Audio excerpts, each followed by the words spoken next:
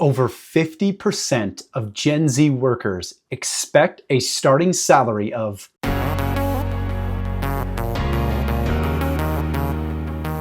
Welcome back to the channel. Today we are going to talk all about the money. And yes, we are going to talk salary expectations. But first, let me hit you with 3 facts about Gen Z workers that you may not be aware of. So first off, over 50% of Gen Z workers expect a starting salary of at least $60,000. And yes, this may vary across different territories across the US or overseas, wherever you're watching from. However, this was pulled up from the gospel truth in today's day and age, which is ChatGPT. So if you have a riff, sorry, AI is the one who came up with those statistics. In all reality, it at least gives us a good understanding of what most of the Gen Z workers entering the workforce are expecting going into an interview process, right around that 60,000 ballpark. Statistic number 2, 83% of Gen Z workers consider themselves open to new opportunities. And not only that, they only expect to stay in a role for less than 3 years.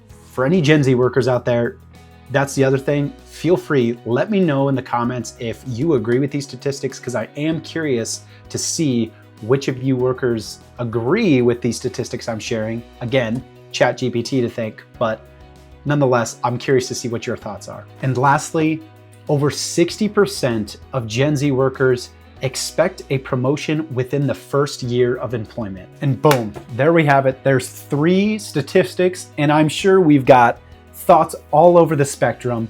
You've got Gen Zs who you probably agree with some of these statistics. Maybe you differ a little bit, but just kind of as an average, this might be where you're at from a mental standpoint. And then on the opposite end of the spectrum, you may have boomers who look at this like $60,000 starting. Back in my day, it was $12,000 and it was picking up soda cans. I'm just teasing. My parents are both boomers as well, and so I love having conversations with them too. But again, I think the important thing to look at is Gen Z and boomers have completely different ideas when entering the workforce of what's reasonable. One other quick disclaimer, yes, trust me, I understand, and the inflation calculator over time is something that you need to be aware of. It is different. A salary of $20,000 back in 1980 is substantially different than a starting salary in today's 2025 currency calculations.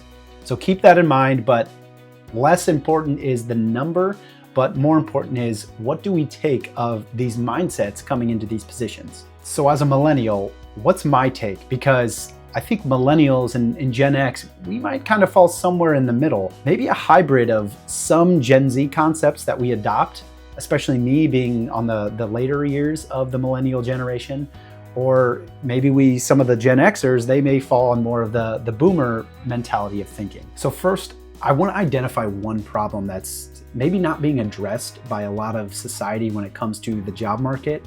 And that is, yes, the expectations of some of the Gen Z workers is that, $60,000 salary or right around, but most entry-level positions are anywhere probably between $35,000 and maybe $50,000 as kind of that entry-level position. And I think there's something to be said about what is an entry-level position and what should businesses expect from that position. Again, we can see where the problem lies, where expectation of a $60,000 starting salary versus the average starting position of that $40,000 to even $50,000. There's that gap there of, who's right, who's wrong. And I'm not here to justify one side over the other, but I will share a couple thoughts and my experience of being in the workplace at an entry-level position not too long ago. So staying true to form in my millennial generation, I am going to take kind of that middle road approach.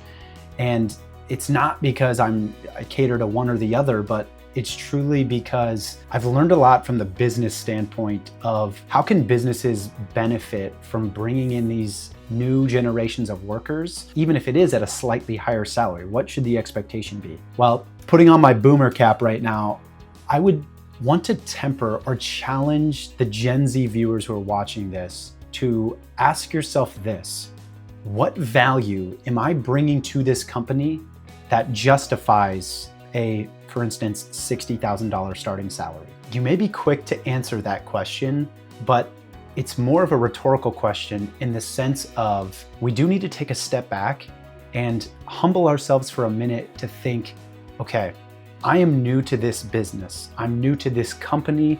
I'm new to this environment. Even though I have skills and ideas that could be extremely helpful, I also need to respect those that have been putting in years and years of work, because it's because of some of those experienced leaders that allow for you to work for this company in the first place and make a living. On the other side of the spectrum, I'm going to advocate for Gen Z and young millennial workers by talking directly to corporate leaders and say that even though you're posting an entry-level job, for instance, let's say related to the RFID space, a technician role or service position, as older and leadership generations, we need to expand the mold to say, even though there are responsibilities that need to be addressed, I think most leaders can agree that they would rather have an employee come in, bring creative ideas, expand on that role beyond just the responsibilities laid out in the job description.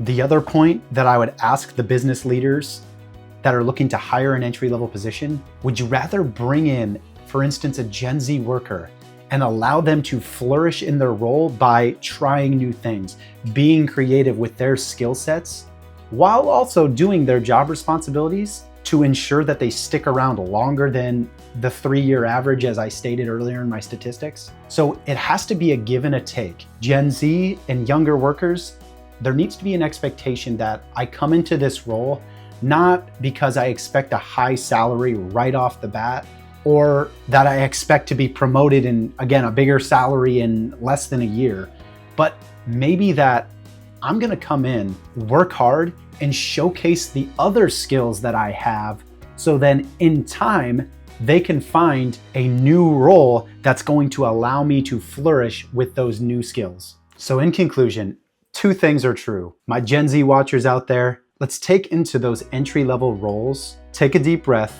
let's humble ourselves and say, what can I learn and how can I help this company? And then secondly, business leaders, how can we give our Gen Z and young millennial workers the best chance to utilize their creativity in the workplace? At the end of the day, the more we work together, the more fulfilling our careers are gonna be and the better our businesses are gonna thrive. If you wanna hear me walk step by step what I did in my entry-level position and how I found success, stay tuned for the next video. Talk to you soon.